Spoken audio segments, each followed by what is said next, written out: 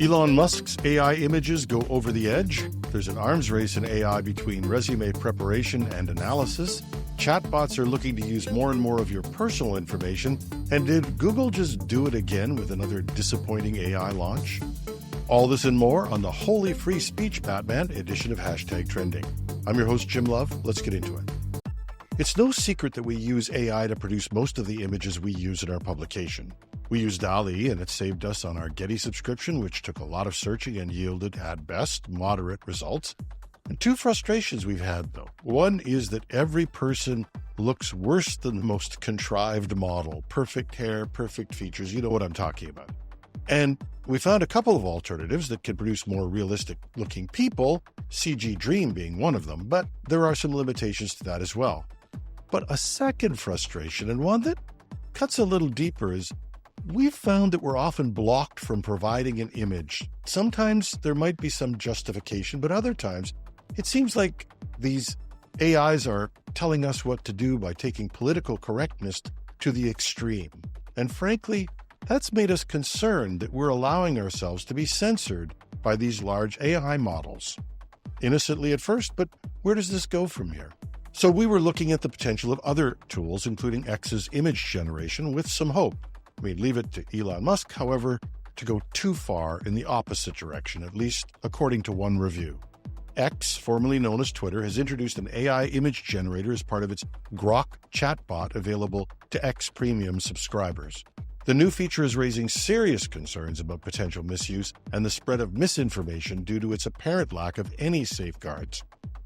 Unlike other major AI generators, Grok seems to have minimal, if any, restrictions. The Verge claims to have tested the system with various controversial prompts, successfully generating images such as Donald Trump wearing a Nazi uniform, a figure resembling Bill Gates using cocaine off a Microsoft-logoed Surface, Barack Obama appearing to threaten Joe Biden with a knife, and sexually suggestive images of celebrities like Taylor Swift. These examples highlight the potential for creating misleading or harmful content about public figures. Addie Robertson, senior editor at The Verge, notes that Grok's looseness is consistent with Elon Musk's disdain for standard AI and social media safety conventions, but the image generator is arriving at a particularly fraught moment. The launch comes as X faces scrutiny from regulators in Europe. The European Commission is investigating potential violations of the Digital Safety Act, while the UK's Ofcom is preparing to enforce the Online Safety Act, which could cover AI-generated content. In the US, despite broader speech protections, legislators are exploring ways to regulate AI-generated impersonations and disinformation. The lack of safeguards on Grok's image generator could further deter high-profile users and advertisers from the platform, potentially exacerbating X's ongoing challenges with user retention and revenue generation. As AI image generation becomes more accessible, the balance between innovation and responsible use remains a critical issue for tech companies and regulators alike. What's the antidote for software programs that analyze resumes? Well, AI programs that write the resumes in the first place.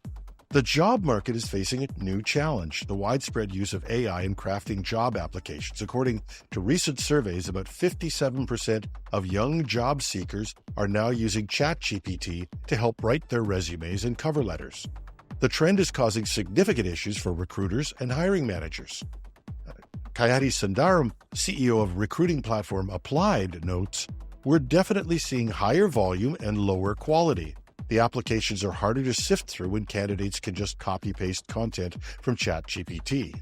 And the flood of AI-generated applications is exacerbating existing recruitment challenges. Recruiters are now dealing with an influx of generic, keyword-stuffed resumes that often have a distinct AI flavor to their writing style. The situation also raises concerns about equity in the job market. Jamie Betts, founder of Neurosite, points out that paid ChatGPT users, who tend to be from higher socioeconomic backgrounds, have an advantage over those using the free version. The Big Four accounting firms have policies against AI in applications. However, enforcement is proving difficult. Ironically, while candidates are embracing AI for applications, many are wary of employers using AI in hiring.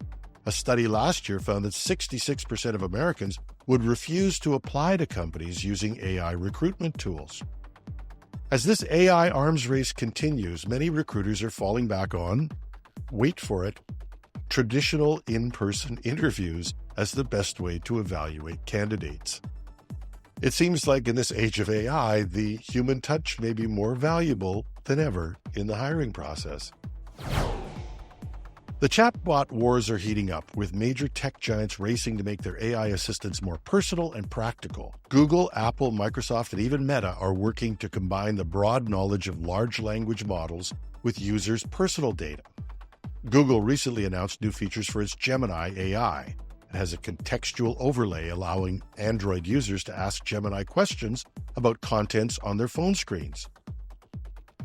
Pixel screenshots exclusive to the new Pixel 9 series let users store and query specific screenshots. New extensions integrating data from Google Calendar, Keep, Tasks, and YouTube Music are also in the works. Jenny Blackburn, Google's VP of Gemini User Experience, told Axios, "We feel like we're at the beginning of something that's really, really exciting." And Microsoft is taking a similar approach with its Recall feature for Copilot Plus PCs, which aims to capture and store everything a user sees over time. However, after some backlash, Microsoft has delayed the feature and made it opt-in. But there are already a variety of other ways to tap into personal data using Microsoft's AI. Apple's Apple Intelligence is leveraging even more personal data, but with what they term to be extensive privacy measures. Although Apple touts its approach to privacy and the idea that all data would be processed on the user's local machine, the reality is that both Microsoft and Google are claiming similar approaches. Yet even Apple is rolling out its AI features slowly and won't bring them to Europe due to regulatory uncertainty. But while the other big players are trying to walk that line between useful features and protecting privacy, the wild card is Meta, with its vast trove of user data from platforms like Instagram, Facebook, and others. Meta plans to use publicly shared information to train its AI models, but the move has raised concerns among European regulators, leading Meta to withhold its future multimodal AI models from the European market as well. As these companies push to make AI more personal, they're walking a tightrope between enhanced functionality and potential privacy concerns. And the race is on to create the most helpful AI assistant while maintaining user trust and navigating an evolving regulatory landscape. And finally, just when you think Google is starting to step out and regain their leadership in AI, they drop back to their failure to launch mode. Google's decision to replace Google Assistant with Gemini on its new Pixel 9 phones is getting panned by at least one major tech-savvy user. I will be honest, I haven't found a real thing that Google Assistant did that was useful.